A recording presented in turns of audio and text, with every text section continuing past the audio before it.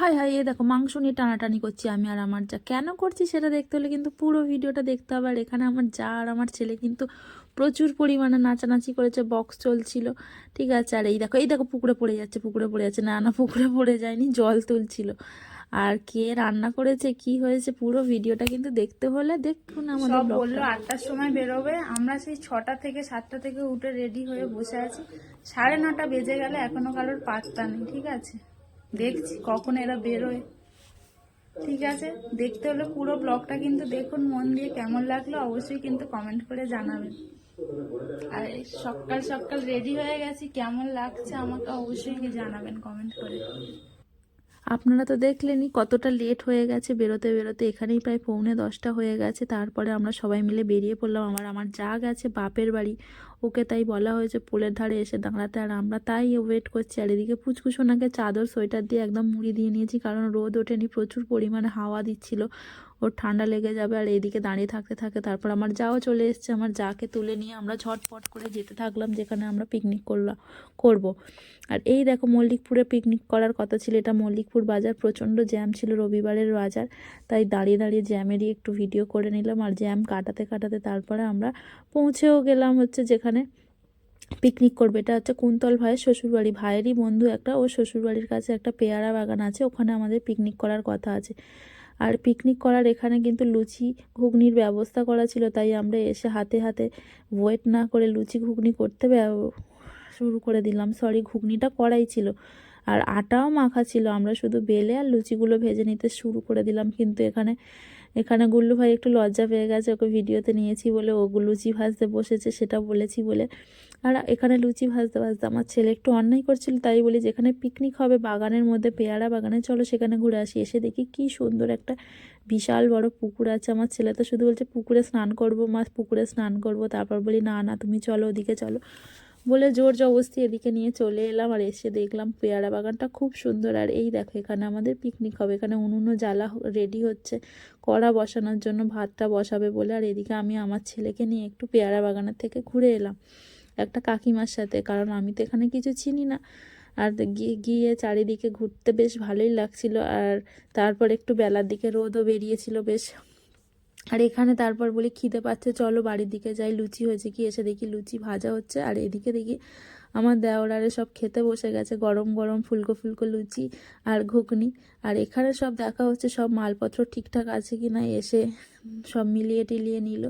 তারপর এখানে গুল্লু ভাইও ব্লগ বানাচ্ছিল, ভিডিও করছিল, আমিও একটু করে নিলাম। এখানে উনুন অলরেডি জ্বালা হয়ে গেছে, আমার যা আরও সব মানে ভাইয়ের বউরা সব ছিল সবাই মিলে। আর আমি এখানে কাঁদছি কেন, হায় হায় কাঁদছি কেন, আসলে আমি পেঁয়াজ কাটতে গিয়ে চোখে জল বেরিয়ে গেছে, তাই ভালোভাবে একটু মুছে নিলাম। আর জলে পড়ে যাচ্ছে, যে না না জলে পড়ে যায়নি, পুকুর থেকে জল তুলছিল, কারণ পুকুর এত বড় পুকুর ছিল, তাই কলের জল আর বয়ে আনা হয়নি, ধোয়াধুয়ি করার জন্য পুকুরের জলই ইউজ করা হয়েছে। আর এখানে আমার ছেলেও প্রচুর পরিমাণে অন্যায় করছিল, জল মাখামাখি করছিল, 10বার পুকুরের দিকে চলে যাচ্ছিল, তাই ওকেও একটু লক্ষ্য রাখতে হচ্ছিল, কারণ এত বড় সামনে পুকুর।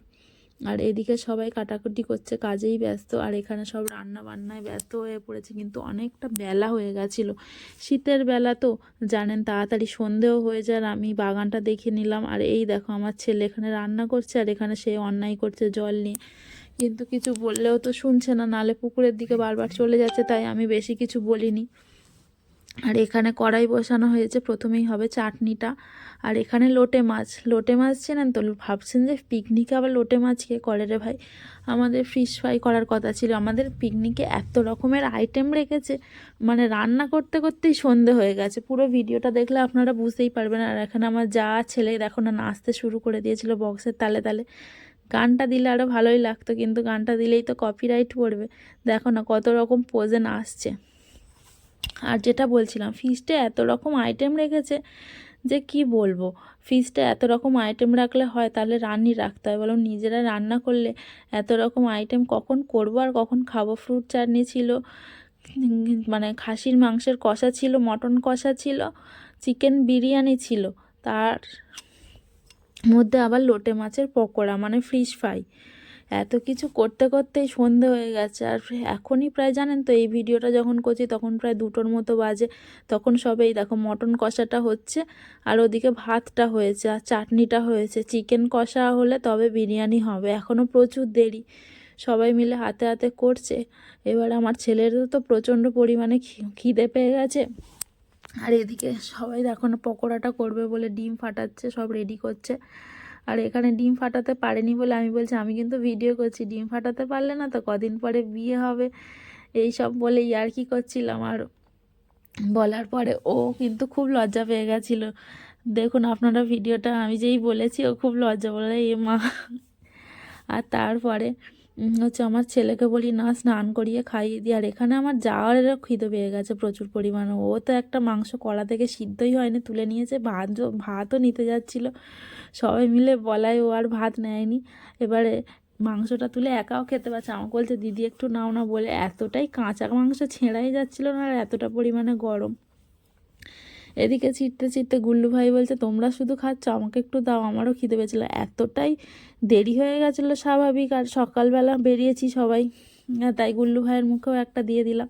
আর খুব খিদেও পেয়ে গেছিলো, সবাই যে যা পাচ্ছি শুধু গাল চালাচ্ছি, কি খাবো। এই দেখো না আমার যা ওইদিকে পেছনে বসে বসে খাচ্ছি সেই চিকেন কষাটা, সরি চিকেন কষা না, ওটা মটন কষা ছিল।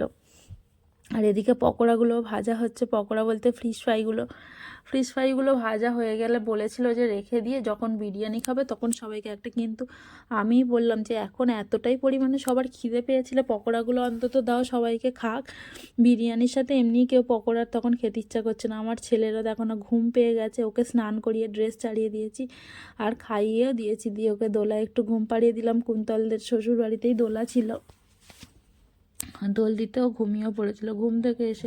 ঘুম পাড়িয়ে এসে দেখছি যে এখানে সবে বিরিয়ানির মানে হচ্ছে, রেডি করছে। তখন প্রায় 3টে 3:30 বেজে গেছে যখন বিরিয়ানিটা রেডি করছে। আর এতটাই খিদে পাচ্ছে মানে কি বলবো, সবাই খিদের জ্বালায় ছটফট করছে, আর ভালো লাগছে না। মাঝখানে কত কিছু প্ল্যান ছিল আজকে করার, রান্নার চোটে কিছু আর করাই হলো না, কত কিছু খেলা দাঁড়। এই দেখো বিরিয়ানি রেডি, তখন আমার ছেলেও অলরেডি ঘুম থেকে উঠে পড়েছে, নিয়ে এসেছি। আর সন্ধেও হয়ে গেছে, 4:30 বাজে তখন খাচ্ছি। আর শীতের বেলায় 5টাতেই তো সন্ধে। এই দেখো আমার ছেলে আমিও বসে পড়েছি খেতে। খেয়ে উঠেছি, যখন হাত ধুতে যাচ্ছি এই দেখো একদম অন্ধকার হয়ে গেছে, আর তাই কোনো ভিডিও নিতেও পারিনি অন্ধকারে। আর আমরা তারপরে বাড়িয়ে চলে এসেছি, আমার বরের খেলা ছিল বলে কিন্তু সেদিন যায়নি পিকনিকে, কিন্তু রাত্রেবেলা আনতে গিয়েছিল। তারপর চিকেন নিয়ে এসে ঘরে আবার সবাই মিলে রান্না করে রাতের ডিনার করা হলো। আজকে পিকনিকের ব্লগটা কেমন লাগলো অবশ্যই কিন্তু কমেন্ট করে জানাবেন। Tata bye bye.